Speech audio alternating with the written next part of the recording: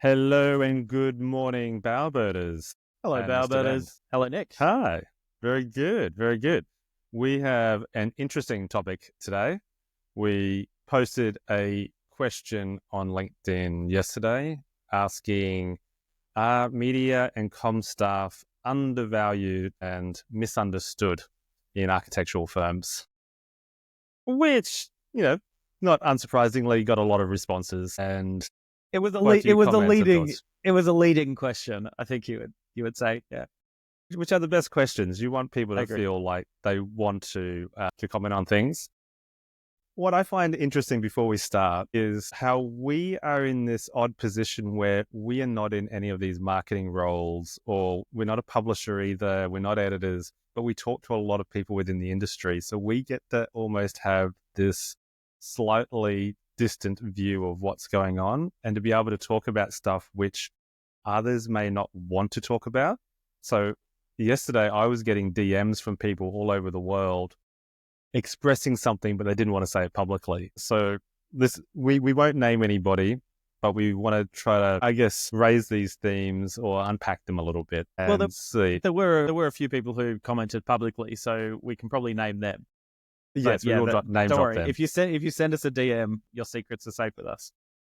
So where do we even start with this? Because it's an emotive question, and then there's also a practical side to it as well. So I guess a good place to start is, what are these different roles that exist in an architecture practice? There's a few things to consider as well. You've got small architecture practices with one or two architects, probably aren't going to have a comms person, so that communications role falls to those two people. Then you've got medium-sized practices where they're starting to invest in that stuff, where they might actually hire someone externally, internally. And then you've got very large practices. So I think most people in large practices, so 100 plus staff, they're probably going to have a dedicated person who works on communications. They might also be called marketing. I'm doing these in inverted commas because I don't think there's many practices that have a proper definition of what a marketing person should do or a communications person should be doing. no, not at all. And Kirsten, I can always pronounce your first name incorrectly, but you asked There's a this. there's a reason she calls herself KT. KT, you asked a question which was, what was the difference between a comms role, marketing role, and a business development role? So I think they do get mixed up a little bit. So in my mind, marketing is directly related to sales and brand awareness. So you're reaching out to potential new customers, you're creating an emotional attachment, but eventually you want them to flow into your business and become customers. A comms role is often internal or external communications, which seems like the same, but it doesn't directly lead to sales. So a comms role may be dealing with a PR issue or perception issue within the company. It could be talking to your staff or your team about the future of the company. It could be more around recruitment. So they're different. And then business development is basically doing large deals which move the company a different direction through partnerships or something bigger than sales itself, which is the bit that's missing here. The fact that the sales isn't even included in those three. So there's a sales role which is directly related with individual potential customers and getting them on board. So that's what a normal business would use. None of this is particularly groundbreaking information, but in architecture, we just don't really have that because directors tend to wear all of those hats in the beginning and they don't really separate them out.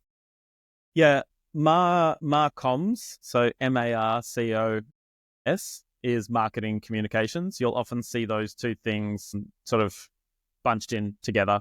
So you'll have a Marcoms team. So it's not unusual that marketing and communications have a lot of crossover, do a lot of the same things. I think what happens in architecture is they kind of read, or a lot of practices read, our communications person as anything to do with writing. So social media posts, tender writing, an email from the director, press releases, all this stuff is just like, oh, well, if it's words, then, John can do it. Jane can do it. Yeah, Amy Edwards wrote some great comments yesterday. She summarized, I think, some of the three big issues, which is the first one is too many hats, which is exactly what you had just said there. this weird combination of marketing and tender writing, which we'll unpack a little bit more. Then there's this idea that this marketing is an expense rather than an investment.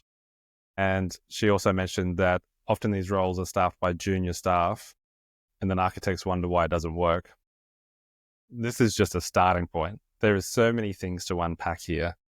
I think one thing that's worth mentioning is that we have been doing this for 10 years now. So this is 10 years worth of feedback and, some of it anecdotal, but we've got enough examples of this to have a pretty good sense that things have not changed as much as we probably would want them to have changed. But, there've been some increase, I think, just generally awareness around marketing because of social media and the internet. It's changed a bit, but the fundamentals of this role, I think we're probably talking about something that is at its base broken in most practices. We picked up on this years and years ago because we saw these roles being advertised for marketing, comms, tender writing, whatever this thing was. And we knew the people who were applying for these jobs. And so it would keep popping up on our LinkedIn. And 6 months later, the role was open again. 6 months, 12 months, and there was a loop. And it was the same firms who were clearly trying to do something related to marketing, but either there wasn't a good fit or something wasn't right. And then we started to see this happen in lots of places. Well, interestingly, I delved into this is many years ago now, probably 5-6 years ago. I remember delving into this with someone who I'd noticed did sort of jump around from practice to practice. And they actually had a slightly different perception of it. So, this is just to give a balanced view of this particular issue, is that there were so many practices that were so hungry for it that this person kept getting better, bigger offers. And so I think that highlights something as well. There's not a lot of people who can do this really well. And so just because a practice is advertising every 6 months, it might be because they're losing to other people, the headhunters are taking them. Yeah, which is a great segue into this concept of value. So the way we framed it, obviously there's an emotional trigger there saying, do you feel undervalued? Everybody will always reply, yes, I feel undervalued. It's very human behavior, especially if there's a role which is probably a little bit misunderstood. But what's interesting here is that from what you're saying there is a sense that there is value in marketing. Because if you're willing to headhunt and try to find somebody to do it, you can see that there's value in marketing, but maybe there's not value in how you're currently doing it, which would be if it doesn't work, obviously there's no value there because you're spending more money than what you're getting out of it. We can dig into the architecture side, but maybe we should delve in a little bit to how marketing works in other companies, just because our experience has allowed us to see marketing in different ways and, being in the SaaS world and looking at how products work and so forth. What does SaaS mean, Nick? Software as a service. So basically online software.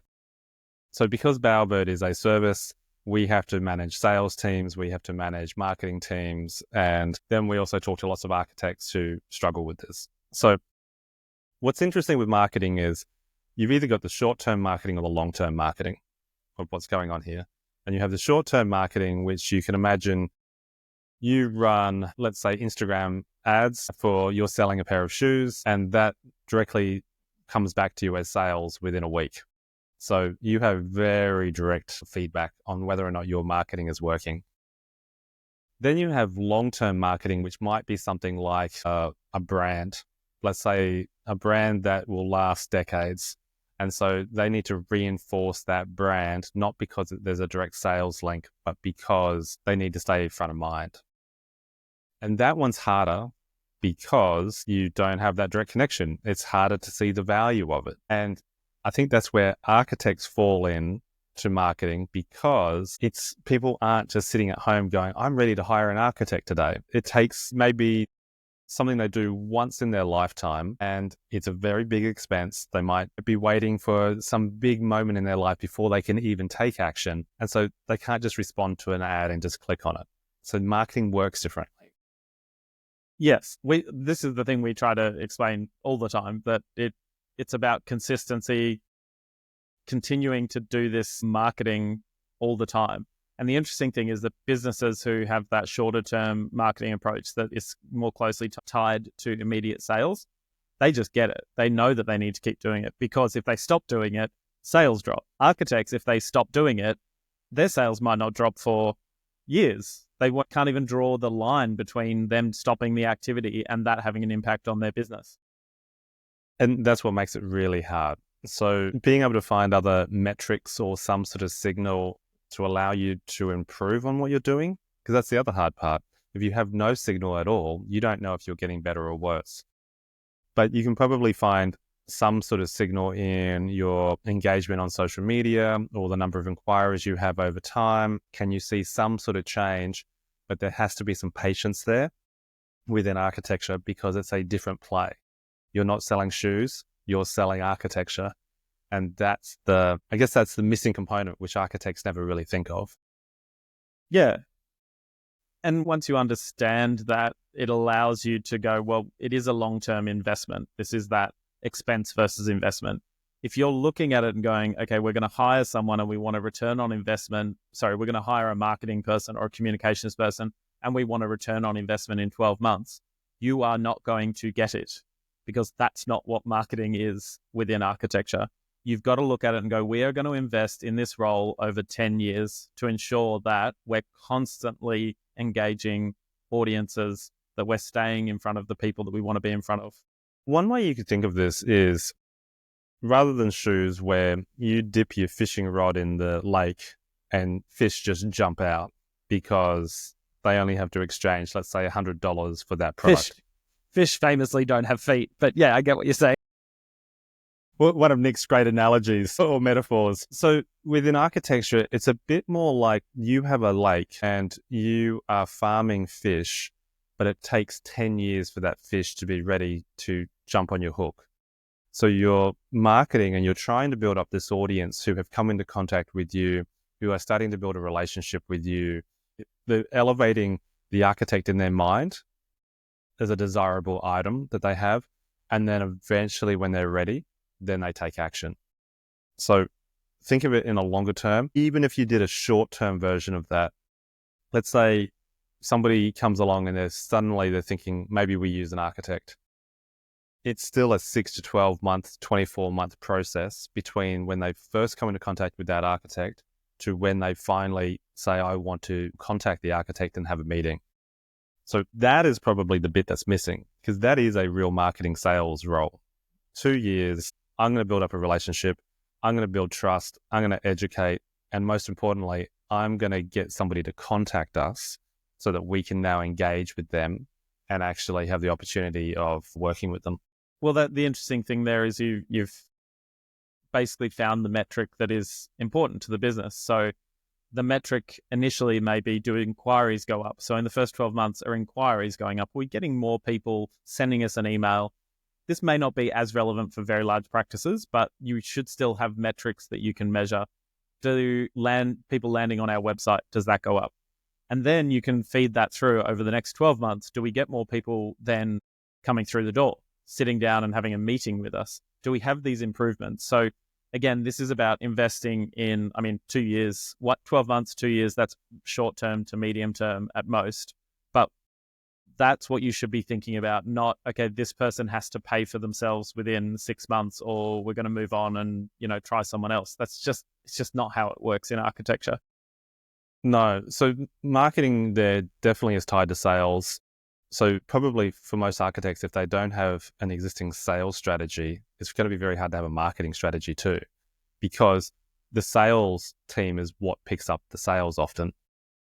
So you can see this, why marketing isn't valued in architecture, because you don't have the other component to actually get value out of it. So you're pumping all the money in, but you're not actually getting the return. Like the more you unpack this, you go, it is pretty straightforward what's missing here, which is clearer roles. I'm just having a clearer role and then mapping out the funnel of how this functions.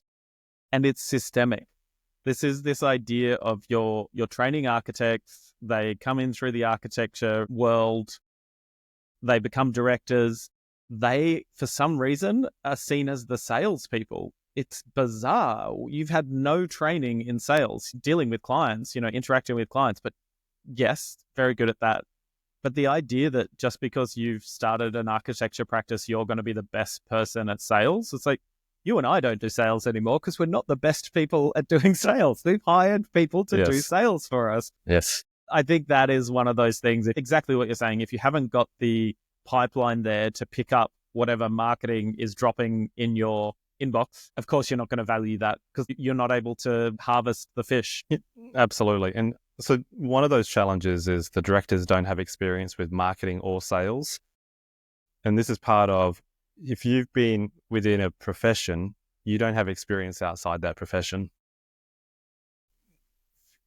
Any architect who could tap into talent outside of architecture for these things is probably going to do well. The challenge is architects always feel that people outside of architecture don't understand architecture. Which is probably true and fair, but also that's a problem that can be overcome. So there's a balancing act here as you go into marketing and sales for any business, is that those two teams need to understand the core values of the business. That's when they say they don't understand architecture, that's all they mean. They don't understand the core values. So if you're getting a used car salesman to try to sell a luxury product, which is what architecture is, or, a very slow, expensive product, that's a mismatch. What you probably need is somebody who is very empathetic, can communicate well, can identify the needs of those potential customers, communicate that well. Like, there is a very different approach to how you catch your fish in architecture. And again, there's just not really much conversation around that because sales volume is low. So the directors don't get an opportunity to get very good at it. They don't hire for it. And then they have this marketing role, which is combined with tender writing, which again is confused. So do you want to unpack that duo a little bit, that role?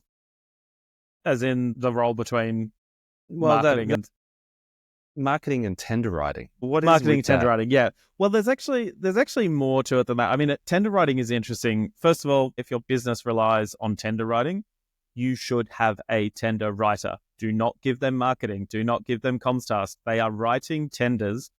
This is the core of your business. Don't give them other stuff. Let them do that, right? Writing tenders, if that's how you get your work, which I don't know, you can probably tell me from the practice side whether that's what all architects do or whether it's... Well, you have two sides. So you have private customers who, if you're doing residential, you've got mums and dads who are coming through the door. There's not going to be a tender process there. As soon as you jump up to, let's say, government work, now you're going through a tender process and it's all structured and you don't have that same connection necessarily to the people making the decision. And so you're meant to be judged off this tender process. Yeah. So very, very specific, very highly skilled role, I would suggest, in tender writing, because you need to pull together all of the threads from directors, from, I imagine past work, past case studies, things like that. Imagine it's quite a detailed and technical job. You also have a lot of legalese in there because a tender, you're bidding on something, so you're having to respond to what's part of the tender process. So can you hit these criteria? Can you answer these questions? Sounds like an incredibly boring job to me. Always was when I was writing tenders, because you end up with these massive documents. But inside it, there's a little bit of marketing where you're trying to sell yourself and why you're really good at what you do. And I think that's maybe the overlap. So that to me sounds like you need a dedicated tender writer, and then that tender writer should be going to the marketing team and saying, hey, can you give me a paragraph or whatever, a page on XYZ, right? So there is no way that a tender writer is going to have the same skills as a marketing person. So whether you're talking about social media marketing, whether you're talking about publicity for the practice, they're going to be very, very different skills. They'll probably work in the same department, but they should not be the same person. Tender writer is almost like a sales role. So they're going out and getting the sale. It's an awkward sale because you're having to respond to the other person's tender requirements. So you don't have much control over it. You're just responding, but it is a sales role. So you're getting out there and you're trying to secure as many of those as you can, which again is why having a dedicated tender writer would make more sense. If that's where you're making your money, just go and do it. Get a really great tender writer. and then write as many of them as you can, try and win as many as you can. Then separate marketing, because marketing is supporting that. Like we said before, marketing supports the sales. So then the marketing here is different because you're not trying to find potential leads because you already know who your lead is, because that's the tender. But you already know who's looking for work. What you're changing then is perception and how the world sees you. And then your marketing would be focused around the potential people who would write a tender. This is a fascinating thing to highlight. A lot of practices that we talk to that work in, education, government, those sort of larger projects. So obviously mainly tender writing and entering competitions, things like that. They will often see marketing as unnecessary to those tenders. And what always surprises me about that is you are still part of the world. There rarely, I would posit, is there a rule within the assessment of those tenders that the people reviewing it can't use Google to Google you, that they can't go and look and read about your stories and go to your website and do all those things. So it's almost like if you try and do either of those things without the other, if you try and do just tender writing and you don't invest anything in marketing, you might land some tenders, but don't you want more certainty over that? Don't you want to be sure that you're competing as well as you possibly can be? Marketing is the other side of that. You need to be raising your profile so that when those people look at your tender and then Google your name, you're famous, essentially. And if you come down the ladder a little bit to, let's say, residential architecture or bars, restaurants, small detailed work, then you function directly in the same Instagram marketing funnel that other companies would use. So you pop up on Instagram, you have really beautiful images. People like those images because right now they're thinking, I'm going to launch my bar or I'm going to hire an architect to design my house. I click on that and I want to see more pictures, a beautiful inspiration of the same work. And I want to follow that thing because you're building up this desire for something. So in that case, marketing 100% works for residential architecture. It's just the timeline is not going to be a day. It's going to be that 12 months to 2 years. So you've caught the fish. Somebody has seen you and they've followed you. Now you need to make sure that you're feeding the fish along until they're ready to make a decision, or you want to prompt them to come and talk to you sooner rather than later. You're trying to speed up that process. You want to speed up that process because you don't want to be passive just waiting for that. Ideally, people are talking to you earlier, which is an interesting side note that I think architects feel that when they get an inquiry which doesn't match them, they've wasted their time. So they've got, oh my God, somebody contacted me and now I have to have a meeting with them and I'm going to waste my time on somebody who won't become a customer. I just want 100% of the people who walk through my door to be the perfect fit. Yeah. That's not how marketing works. Marketing works by expanding that funnel as wide as you can, as economically as you can, for the people that you want, but it's always bigger than the people you want. And that's a good scenario. And then you filter. So then you come down one layer and you go, okay, I can't meet with everybody who's knocking on my door now because my marketing is so good. I need to pre-qualify those people. And now I'm going to take the meetings with the people who I think have the highest chance of being a good match for me. So that's basically a full marketing flow for a smaller scale architect. I think what's interesting here gets talked about in the advertising world, this idea of category advertising versus brand advertising. So brand advertising is something like Coke, obviously. Coca-Cola, one of the best brand advertisers in the world, right? But then you have the impact of the advertising on the category. So every time Coca-Cola advertises, it probably helps Pepsi as well, because you have people who go, I really feel like Coke, but I don't like Coke. I'm going to go get a Pepsi, right? So that's a lot of the work you do can inform the category. Within architecture, I think if people struggle a little bit with the personal brand, I don't think they should, or the director brand, the practice brand, if they struggle with that because they feel like I'm stepping out, tall poppy syndrome, think about the impact on the category. And the category is architecture. And architects will complain endlessly, perhaps with legitimacy, that people don't understand architects. And that's because the category isn't well enough known in the community. Let's teach people what architects do. Let's do all of those things. And there is a lot of this happens. I'm not saying it's not done, but if you as a practice are struggling with the idea of promoting yourself, self-promotion, don't think about that. Your job, as with everyone else in the profession, is to raise the category up. Yeah, another way of thinking about it is if you take yourself out of architecture, which I think we get so limited because we have this profession. Profession is kind of like this straitjacket, and we Capital can't P profession. Yeah, we can't go too far away from what everyone else is doing. Otherwise, we fall out of the profession. What if you imagine that you're launching a new product? So choose anything. Choose something that maybe it's a fashion brand. Maybe it's a pair of shoes, something, but something where it's design orientated, so it's relevant to architects. Then you're naive to this industry. You have no idea how it works or how you're meant to behave. But you look around and you're trying to pick up on the patterns of how they succeed. And what you might find is the way they present that product, the way they box it, the way they talk about it, the way they show behind the scenes of how they make it and the craft of what goes into it and the story they tell that goes into it. Then have a look at the number of Instagram ads or posts that they do, and then look at how they funnel those ads into like, hey, come and contact us or buy this product. You're free of your profession now, and you can look at this and go, look at what this successful business is actually doing. Now take that and apply it to architecture. Free yourself of this concept that you must only work in this manner. And now you have all these extra opportunities to race ahead because nobody else really thinks about this. Thinking about that actually brings you to another point. I think it came up in some of the comments that we received of, and this happens all over the world, we hear this stuff still sort of filter through of our professional body tells us we're not allowed to advertise. And I'm yet to actually find a clause in any of these professional bodies that says do not advertise, which is really interesting. And we say, it's really hard to advertise architecture, but you can pay to promote your marketing, to promote your stories. You can do all of those things.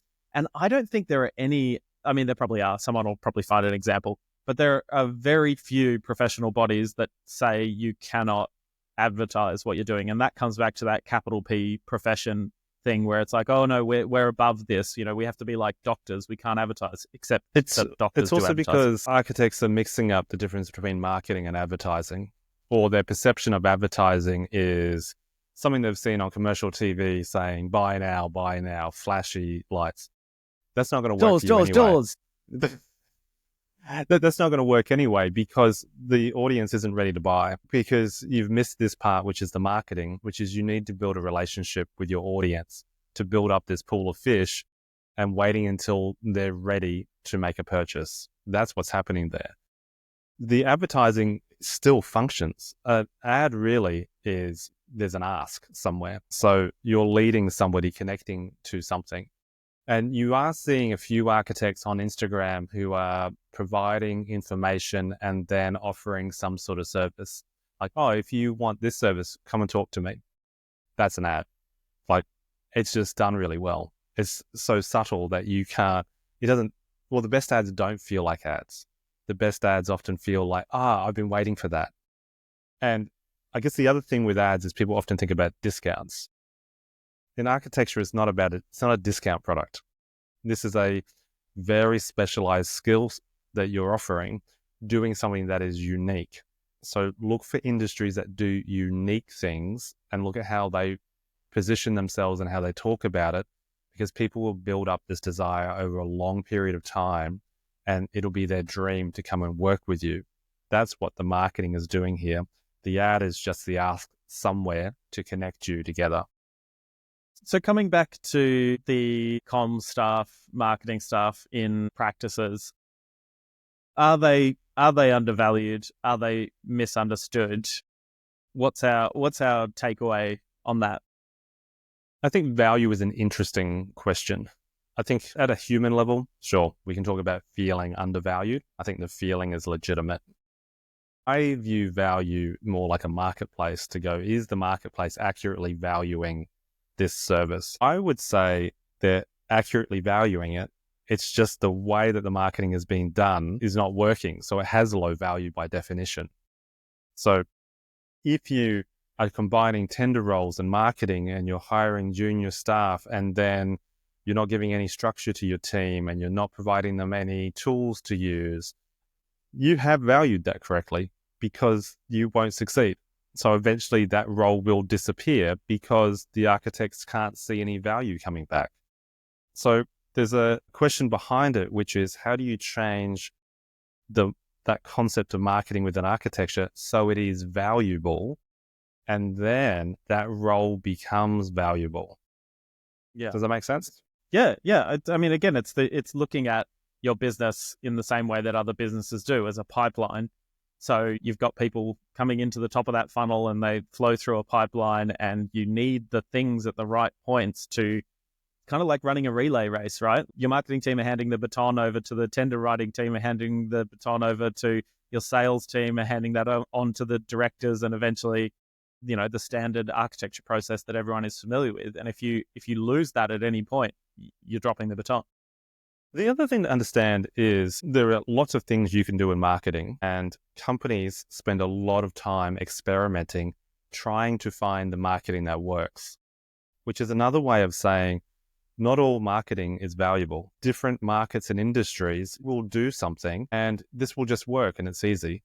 Then you try something else and it just fails. If you spend a lot of money on the thing that fails, obviously that's not valuable to you doing it in that way, but just next to it is another marketing option. And that's the bit that's valuable. So it's being able to work through different strategies until you say, oh, that's the one that's working really well for us. And I guess that's what you're looking for from someone in a marketing role at a practice, is someone who can iterate through ideas. And essentially, you don't want a yes man, yes person. You want someone who's going to come to you with a strategy and go, hey, this is what I want to try. We may not be able to, crack into Instagram with our school buildings, but let's give it a try and see what the results are. Yeah. And the other thing to understand with marketing is it's kind of like a combination lock, which changes every day. So something that worked last year for companies, and it's all over the internet and people are, doing whatever they're doing. Then you try and do it and you've missed the wave, because what's happened is that marketing strategy has become overly saturated. You no longer stand out in the crowd. You no longer have that first mover advantage, like the wave of a new platform launching, for example. You get sort of swept up into Instagram. You trying to create an Instagram channel now using the structure that people used 5 years ago, it's going to fail. So ultimately, you need a process which is iterating through ideas and trying to find the one which works for your practice. Yeah. So some practical things for larger practices in particular. One thing that always impresses me about a large practice is when they have a large comms team. So they're not just relying on one or two people. They've got a team, and each member of that team has a responsibility area. I remember one of the most famous practices in the world, Norman Foster and Partners. They have someone who looks after comms at the director level. I think Katie Harris is her name. And they have a team behind them, but it's this idea of going, okay, well, this is at director level, rather than going, okay, well, we need someone who is a director and can look after the comms team. It's like, why not look at that as a director level role? So you got a director level role that's there. You've then got your sales team. So you're talking about business development and sales. That should be at director level as well. And the reason I say that is that that's how pretty much every other large company works. Like the idea that you wouldn't have those people up there at director level. And I say director level, in a traditional company, you'd have CEO and then the C-suite below the CEO. Well, there's no reason why the directors of an architecture practice can't be in that CEO role or co-CEO role, and then you have your C-suite underneath you. But this idea that you aren't resourcing and making sure that you prioritize those tasks in that C-suite role, director role, it's a real missed opportunity, and you're never going to improve if you don't take those steps. Yeah, it makes me think of, it must be very hard within architecture because you're missing a sales team and a marketing team. And those two teams give you some really valuable information. The sales team gives you what's called an objection. So an objection is when somebody doesn't hire you and there's a reason for it. So you'll have customers come to the architect. They're not all going to choose you, but you want to try to understand why are they not choosing you. Then marketing uses that to figure out how to solve that problem. Or you've got a product team in something like our company where you change the product to get over the objection. So solve the actual problem and then communicate that through your marketing. So now the more people who are coming through your door, you match what they're looking for and you know how to communicate that. I don't think there'd be many architects who actually think in that sort of cycle to be able to constantly be improving what they're marketing or talking about what they're doing. Yeah, I think what's fascinating about architects is they actually know a lot of this stuff instinctively and they don't pay attention to it necessarily as that. So the example I'm thinking of is awards. So awards programs. Architects, like we've met with so many of them over the years and they go, oh, you know, can we use Bowerbird for awards? Which, hey, maybe you can soon. Anyway, can we use... And our recording stopped. Whoa, we're back. We're back. And we were talking, I think, about awards programs. We were. We were saying how, or I was starting to say how architects naturally understand awards programs. I don't know if this is like, it's a little bit ego based, you know, everyone wants to be recognized for their professional work, but awards, essentially photography and architecture is what it is because of awards. Everyone kind of just does it. It gives you a deadline of when you have to complete, you know, the awards entry, the photographs. That is marketing, and I feel like architects are really acutely aware of that, right? I agree. I think they are acutely aware of status. Right. And they intuitively know status, especially within their peer group, of how that works and how they present. And they have a natural mechanism to avoid looking bad, or it's almost like a high school group. They don't want to look like they're the uncool kid. Maybe this is one of those times where you need to say we because you were an architect. We. Yes. Know, yeah. So, but yes. So it doesn't sound like you're just bashing the profession. Well, they're not bashing the profession. Yeah. But people are very aware of not doing something where they could be perceived badly. But I think the flip side of that is you end up in procrastination mode, one, so you don't do anything, so you don't take any action, rather than harnessing it and going, you do have a market perception. You are trying to be perceived as a high value product because that's what architects ultimately do. You are expensive. You're spending years building something, but then channeling that through your marketing. So how do you communicate that? And then two, does that actually match the audience you're trying to speak to? Sometimes there's a disconnect there, which is where working with somebody like an expert in marketing to work through these big questions, I think there's a starting point here for why you want marketing staff to help you, or marketing experts. Like you think about some of the comments that come up when even when we posed this question. I know Rachel Bernstone gave us some really good comments about, I'm not going to remember the acronym, NSCA. Is that what it is? Yeah. Do you know what it stands for? No, I was asking for that and clicked through, but it's basically, I think it's the national standards of accreditation for how architects would be assessed. And the idea that business and marketing should be within those standards. National Standard of Competency for Architects. Okay. Yep. So I think what's interesting about that, though, is I don't know that there's many other sectors. There may be other professions that are like this, but the idea that we're now also saying, okay, it's architects who have to become the experts in marketing. It's architects who have to become the experts in sales. It's architects who have...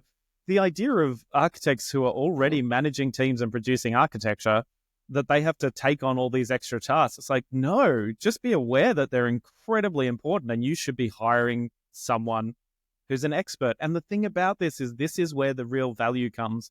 When you sort out that pipeline, when you get your marketing, you get your sales team together, that's when you can charge more money. Rather than just doing more work, you can charge more money.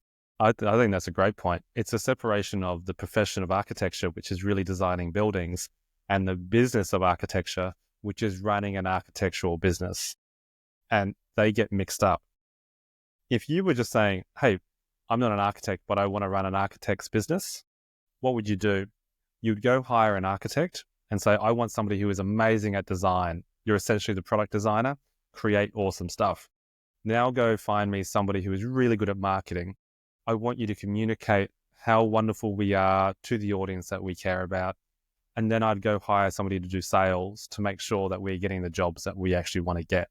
That's the three-pronged approach that every business uses. And in architecture, we expect one person to be able to do everything by themselves and understand everything perfectly. I wonder if the reason for that is that we have such low expectations proven out by, reality of how much architects can make from something. So it's this assumption that every architecture practice, until they become very successful, is running on the smell of an oily rag. So it's like, you have to do this because you can't afford to hire this person. And I think that's a really interesting thing from a business point of view, because that comes back to fundamentals. If you can't resource your business and make money from that business, is it a business at all? It's an interesting point. Architects, or is a profession just DIY? Is that the problem? That the mindset is always DIY, I have to do this myself, rather than going, I'm trying to build a successful business and I need to move through these very clearly understood steps that every other business has used in the past. There is an entire world out there of knowledge that already exists. Do I just have to go through and make sure I tick off each of those boxes, and now my business is in a secure position?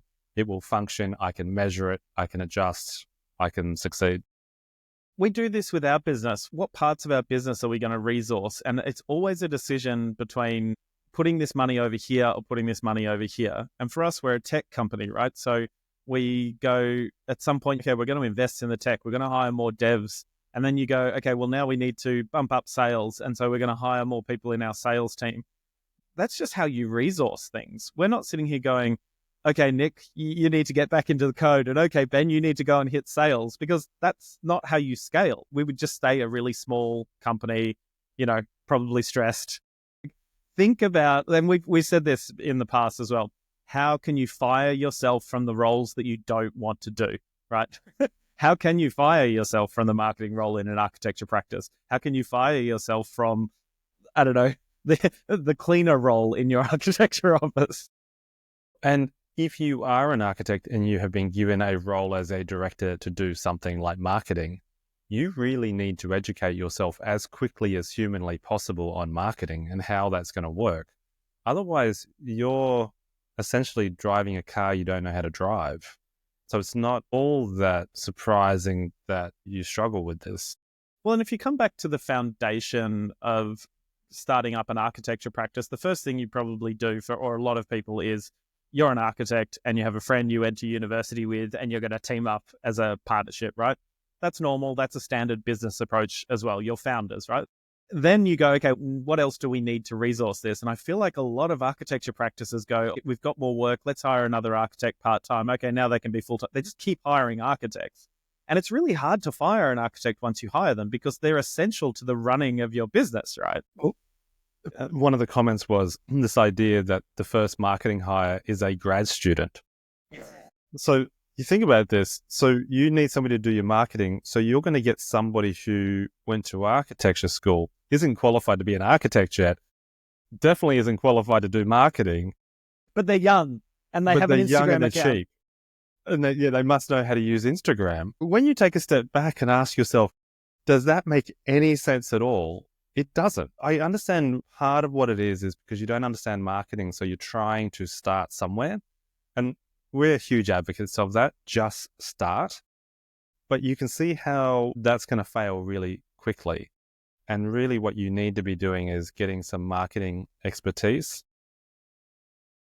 Well, don't hire a graduate architect to do your marketing. Hire a graduate marketer to do your marketing.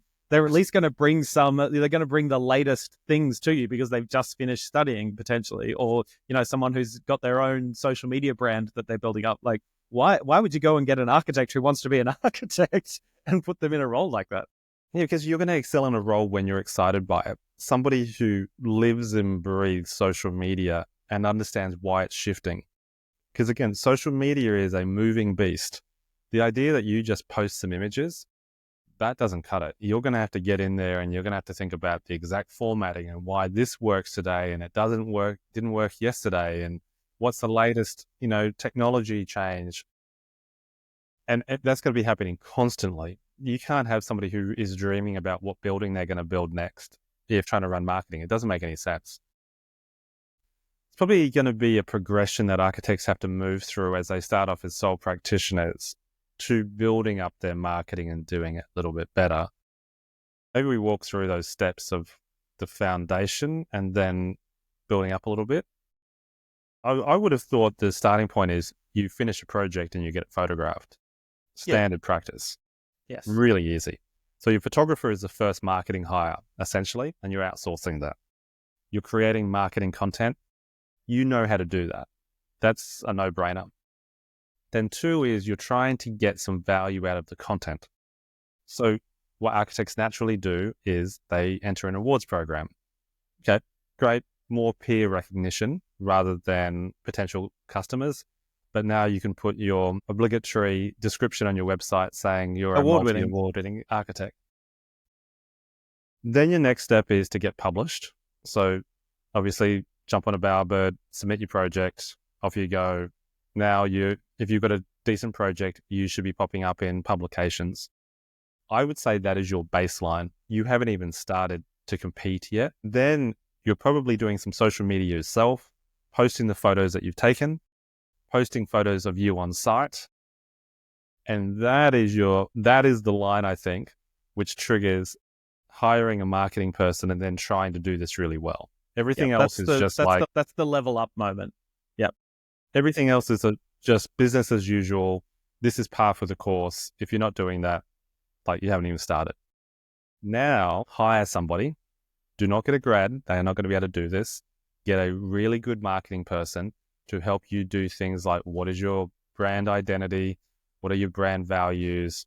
What are your target audience? What are your user personas? A word that probably is not used in architecture at all. Client personas, you would call them, I guess. Client personas. Types of clients, stories of clients. Write down who your ideal client is, what their aspirations are, what their fears are, understand them. So you go through all this basic marketing stuff so you understand yourself, which is probably self-reflective as well, and understanding your business. Actually, it's not about you. It's actually about your business. Then you are finally at a point where you can actually run a proper marketing strategy where you're looking at how you use all of that knowledge to do something, which then triggers an action to drive customers back to you. Yeah, I think what's interesting. Yeah, absolutely. I think that's a really interesting progression.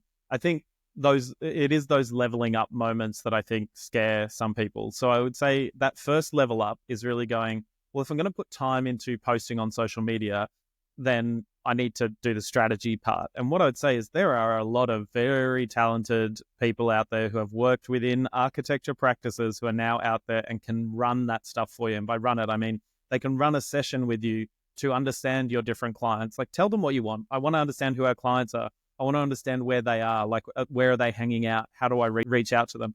But that can be a set fee for a set piece of activity. And that person should be giving you a report, essentially coming up with a strategy. Once you've done that, yes, there's an expense involved in it. But once you've done that, that is something you can potentially hand over to a graduate marketing student, not architecture, graduate marketing student, something like that. And you go, okay, I want you to implement this strategy over the next 12 months. It may be a part-time role. It may not be a student. It may be something that you outsource again, but it's got to be someone who's invested in that as a strategy, who's actually going to come back to you and go, I posted this. It didn't really get much impact. I sent this out to this publication. It didn't get much traction. You know, those sorts of things. There doesn't need to be a highly skilled director level role at this point. That to me is a really simple stepping stone approach where you're going, cool, I'm going to invest in someone who's really smart around strategy within marketing and comms. And then I'm going to resource that properly, not just, oh, okay, I'll set reminders in my calendar to post on Instagram. That's not what you will do. That will always drop down to at least 4 or 5 on your priority list because you run an architecture practice. Make sure it's someone's number one priority. Yeah, you can't have enough headspace to do this well. Like across multiple different roles, like trying to be really good at architecture, really good at marketing, really good at sales, everything else that goes into it. What you could do is you could get a marketing person to help you test one idea, get them to propose something like, what are you going to do? How are you going to communicate? Have some clear metrics on what success might look like. So This may be you just want some sort of engagement on social media. Are you increasing followers? Are you getting more comments? Whatever your metrics are, the metrics are open because maybe comments don't mean anything anymore. Maybe likes don't mean anything more, which is why you need the marketing expert, because the game is always shifting. Once you've got that, yes, you could get an admin person to replicate that behavior with the knowledge that it will break at some point. So I love this from an architecture sort of viewpoint, because I'm going to build a building and it's going to fall down at some point. That building, the doors are going to stop working. I just accept that, right? So I understand why that would not be okay for most architects for something to start breaking. So just the psychology of going, things are going to stop working, things are going to break, and we don't need to engineer for that instance. It's just going to happen, and then we need to try again and start something new. Yeah, I would also advise probably not about overly elaborate marketing plans, because you don't know what will work yet. The idea that you can plan for the things which are unknown, I think that's false. I think you can do the brand identity and you can understand yourself to some degree. I think that's useful.